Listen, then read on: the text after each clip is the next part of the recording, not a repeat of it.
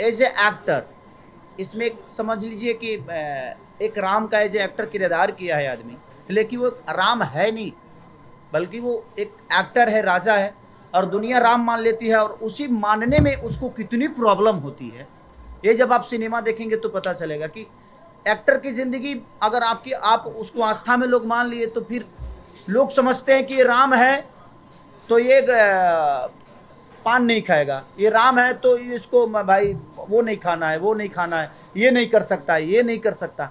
तो उसमें क्या एज ए इंसान की ज़िंदगी जो होती है ना, वो बड़ी डिस्टर्ब हो जाती है। उसी बेस पे एक कहानी है कि एक एक्टर की ज़िंदगी में क्या क्या नहीं होता है, और जब लोग उससे जुड़ जाते हैं तो जुड़ने के बाद वो उसकी मुसीबत और बढ़ती है। क्या राम का किरदार करने वाले रामायण में अरुण गोविल की कहानी है ये? आप कह सकते हैं क्योंकि उनके साथ भी उनसे ही इंस्पायर होकर ये कहानी बनाई गई है कि उनके भी जीवन में उछल कूद हुआ था जब उन्होंने एक सिगरेट पी ली थी। तो उसी के बेस पे हम लोगों ने इस कहानी को कहीं ना कहीं पिरोया है। लेकिन एज ए एक्टर मैंने इसमें जो काम किया है, मेरी प्रयास है कि मैं उस राम की भूमिका में कोशिश बहुत किया हूँ, बट राम तो बन नहीं पाया और ना ही मैं बन पाऊँगा, और मुझे राम बनना भी नहीं है। मैं एक इंसान के रूप में चाहता हूँ अपने जीवन को चलाऊँ, और इंसान के रूप में ही राम के आचरण को अपने अंदर लेकर अपने जीवन को चलाऊँ, ये मैं हमेशा प्रयास करता हूँ।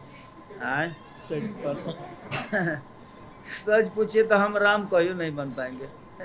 हम राम के विचारधारा को अपने अंदर लेके हमेशा रहे, क्योंकि मैं रामायण महाभारत को गाया भी हूँ, तो ये मुझे पता है कि सम्मान कैसे बड़ों का किया जाता है, आदर कैसे किया जाता है, एक माँ का सम्मान, एक पत्नी का सम्मान, कि राम से बढ़कर प्रेम किसी का हो ही नहीं सकता है।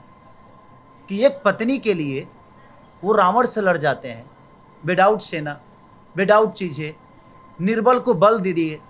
राम अयोध्या के लिए कितने ज़रूरी थे ये मायने नहीं रखता है, बट सबरी के लिए बहुत ज़रूरी थे। वो अयोध्या के लिए वो कुछ नहीं थे, बट सबरी के लिए बहुत कुछ थे।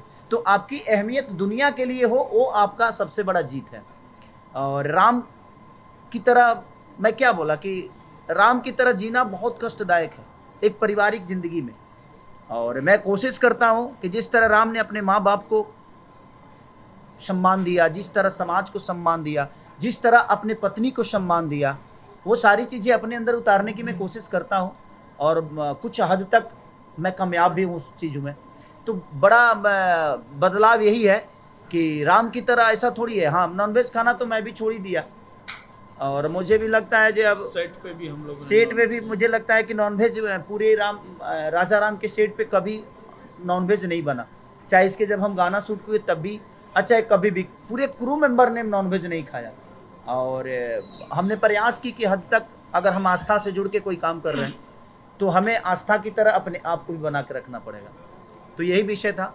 और अब लोगों को कितना मैं सीधा ही बताया ना कि दुनिया ने हमें राम मान लिया, लेकिन मैं ये मानने को तैयार नहीं कि मैं राम हूँ। इस कहानी का सबसे बड़ा सार यही है कि एक कलाकार बोल रहा है कि मैं कलाकार हूँ, दुनिया बोल रही नहीं तू राम है। अब उसी में गाड़ी फंसती है, उसी में क्या क्या नहीं होता है। इस आदमी को लोगों का कच्छा तक धोना पड़ता है। ऐसी सिचुएशन इस कहानी में आ गई है।